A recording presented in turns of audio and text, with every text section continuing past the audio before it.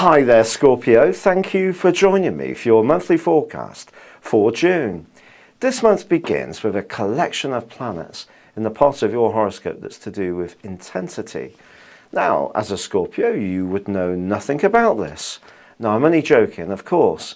If there is something you really feel engaged by, of all the zodiac signs, you can feel very, very intense about things. And that can be entirely good because your passion means that you have a depth of feeling around the things that are important to you.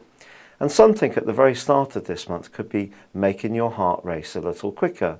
It could be in a romantic context, it could be in a business one. But there is also Mercury, and Mercury is located in an area which is more to do with information, of a lighter variety. It's more to do with exploration. It's not quite so delving and beneath the surface, not quite so psychological. And it's joined by Venus on the 3rd. So I do feel that you're going to make a shift in the early days of this month from all this intensity to something that just moves more into a more mental plane, really, the exchange of ideas.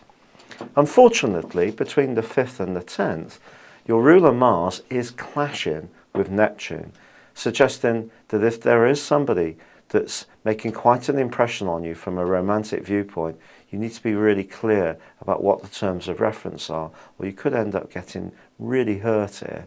This person may be very glamorous, very charming, but whether they're really committed to the idea of being involved with you might not be something they're prepared to openly tell you, but you must be keen to dig out the truth, and Mercury is going to help you. But it does go face to face with your other co-ruler of Pluto from the 5th through to the 12th. And the suggestion here is that you could find yourself in some kind of intense standoff where your views don't coincide particularly well with someone you encounter, and it could be quite a stubborn standoff as well. And yet with Venus also going into an opposition with Pluto in week 2, it's not going to be dull, and you may find yourself having such intense conversations that it's exciting as well. It could have a business dimension, something to do with money, or it could be a neat attraction. But whether the person is actually right for you at another level is something different, but the sparks can certainly fly. However, there is a new moon on the 8th, and this new moon can be great for your long-term financial situation, business, or anything to do with investments, as long as you're very cute in the way that you approach things. Now on the 21st, the sun moves also into this more expansive area, but it is held back a little bit by the full moon, which occurs on the 23rd and forges a link with Saturn, which happens to be in your sign at the moment. And you may find that even if you have a point of view about something you do believe in very passionately, could find yourself being a little bit tongue-tied, or it's an opportunity to get really organised and break it down into bite-sized pieces, explain it to someone, and they could be very much persuaded by your vision. Now Jupiter moves, and it moves into a fantastic location for you on the 26th, and it's going to be here for the next year. This could see you travel far and wide in the next 12 months, could see you learn a new language, could see you connect with people overseas, or even work overseas too.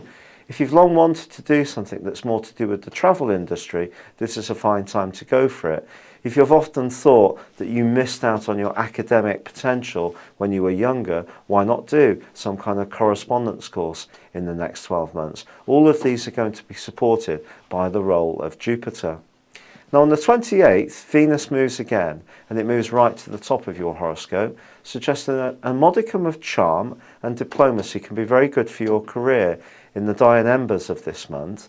But the Sun then, on the 29th and the 30th, goes opposite Pluto itself. And once more, you could find yourself in a furious standoff with someone who sees something so very differently to you. But it's all about picking your battles this month. You can be a very outspoken person at times. People often think of Scorpios as being very private and guarded, and of course you can be, especially about more personal issues. But if you have a point of view, you don't often hold back from expressing it. But if you do, you need to make sure that you're getting into tussles which are really worth it. Otherwise, you could find yourself in quite a few rows this month and feeling at the end of it a little bit bereft from all the conflict. It's been a pleasure being with you. Thank you for joining me. Good luck. and goodbye for now.